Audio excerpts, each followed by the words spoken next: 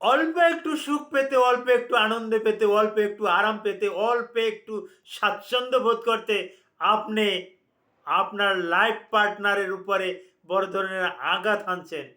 সে চায় না এতটা আঘাত আপনি হানেন।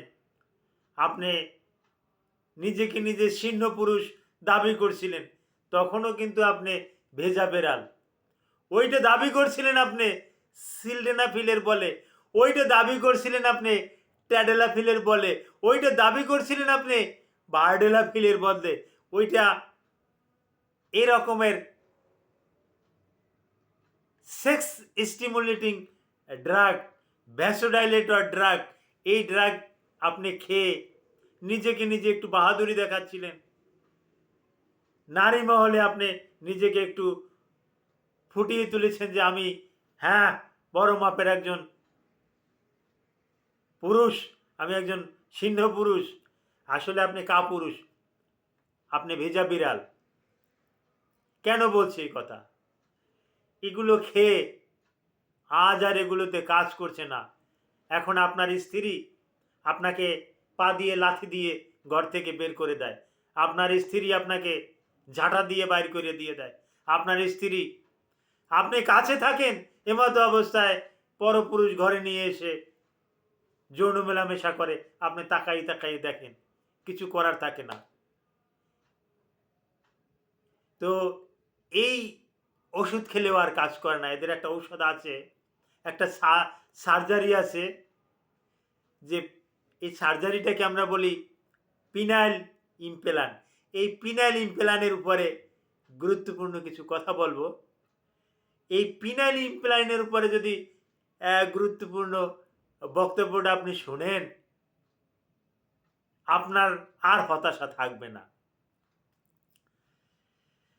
আসসালামু আলাইকুম রহমতুল্লাহি ওবারাকাতুহু। আমি ডাক্তার মীর শহীদুল ইসলাম। আমার চেম্বার শুভেচ্ছা 255, ঐতিহ্যবাহী শেখঘাট, সিলেট। গুগলে গিয়ে ডাক্তার মীর শহীদুল ইসলাম কথাটি লিখে সার্চ দিলে আপনি আমার সম্পর্কে যাবতীয় তথ্য পেয়ে যাবেন। জি দর্শক শ্রোতা, আলোচনা করব পিনাইল ইমপ্লান্ট সম্পর্কে।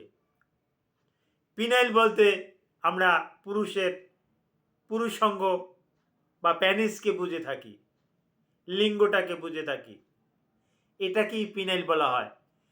একটা সময় আছে এই পিনাইলটা সিলডেনাফিল, ট্যাডেলাফিল, ভার্ডেলাফিল কোনোটায় আর এটা শক্ত হচ্ছে না, এটা খাড়া হচ্ছে না।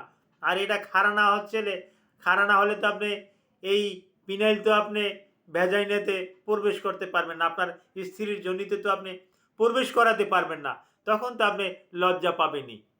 আর এই প্যানিসের ভিতরে দুটো কর্পোরাল আছে। এই কর্পোরালে ব্লাড ঢুকে, কিন্তু ঢোকার পর ওখানে ভাল্ব আছে, ভাল্বটা আটকে যায়। ভাল্বটা আটকে যাওয়ার পরিপ্রেক্ষিতে ব্লাডটা জমা থাকে, প্যানিসটা শক্ত থাকে, লিঙ্গটা শক্ত থাকে, যার পরিপ্রেক্ষিতে আপনি আপনার প্যানিসটা আপনার স্ত্রীর যোনির ভিতরে ঢুকাতে পারেন, বাহির করতে পারেন, আবার ঢুকাতে পারেন, আবার বাহির করতে পারেন। এরকমের আপনার যতক্ষণ ইচ্ছা ততক্ষণ আপনার যদি প্রিমেচিউর ইজাকুলেশনের সমস্যা না থাকে, অনেকক্ষণ আপনি আপনার স্ত্রীকে আপনি তৃপ্তি দিতে পারবেন। একটা সময় আপনার ইজাকুলেশন হবে, আপনার স্ত্রীরও অর্গাজম হয়ে যাবে, স্বামী স্ত্রী চরম আনন্দ ভোগ করবেন। কিন্তু এইটা যারা পারেন না তাদের ক্ষেত্রেই এই দুর্ভাগ্য।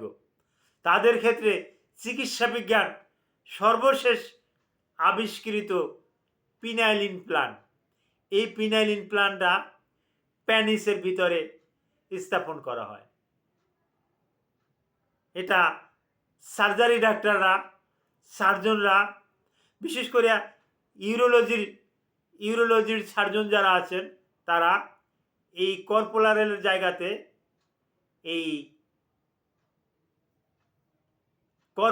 জায়গাতে একটা নূতন একটা ইমপ্ল্যান্ট করে দেয়, নূতন একটা ডিভাইস বসাই দেয়। এই ডিভাইসটা ওই স্ক্রুটামের সাথে গিয়ে একটা পাম্প থাকে, ওই স্ক্রুটামের অন্ডথলিতে আর কি, অন্ডথলিতে পাম্প থাকে। এখানে পাম্প করলে যেমন আমরা ব্লাড প্রেশারের মেশিন স্পাইজমোমেনোমিটারে যখন পাম্প করি, তখন যখন স্পাইজমোমেনোমিটার আস্তে আস্তে করে রিডিংটা উপরে ওঠে, ওরকমের ওই কর্পোরালরাও মানে আপনার এই পেনিসটাও নিচে থাকবে নরম অবস্থায়।